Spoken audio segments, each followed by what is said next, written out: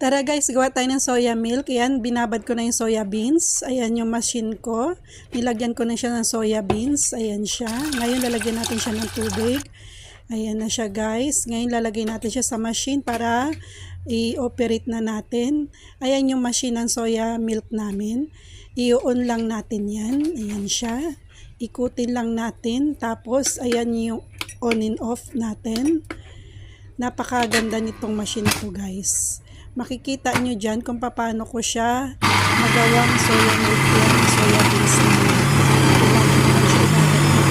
ayan siya, tayo natin siya mag-boil. Ayan, kung nakikita nyo, tumutulog na yung soya milk natin. Ngayon, kapag natapos na siya, tumulog na lahat, hihintayin natin siyang maluto kasi magiging iinit yan para maluto. Ayan yung ginamit ko na soya beans.